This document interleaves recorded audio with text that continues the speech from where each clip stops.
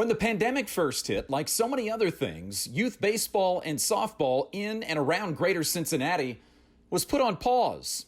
Thankfully, though, in late May, the green light was given for a return to the diamond. But to do so, new safety measures had to be taken, a cost many teams simply couldn't afford. Thanks to the Reds, though, and a partnership with Pennsylvania-based group Pitch In for baseball and softball, many of those teams were able to safely get back on the field.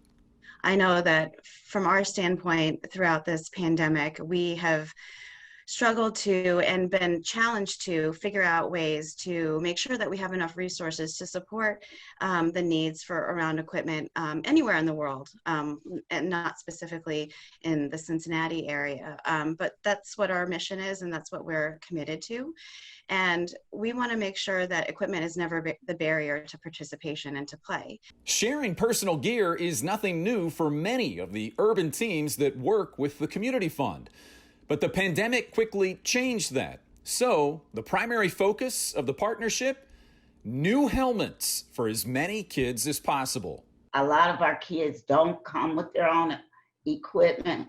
Their parents can't afford to buy the equipment. So it really helped us out a lot.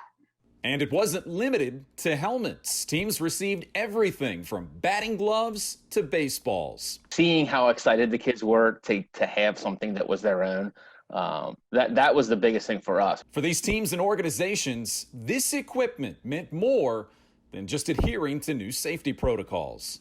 What's the difference between some of these kids being able to play and not being able to play, being able to feel the team?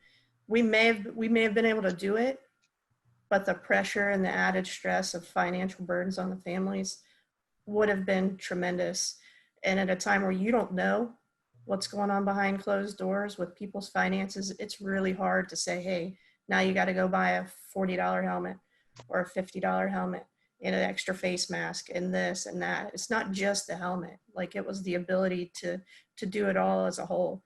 In many ways, this became one of the most important community fund moments during the pandemic, finding a way to help kids safely return to a sport so many love.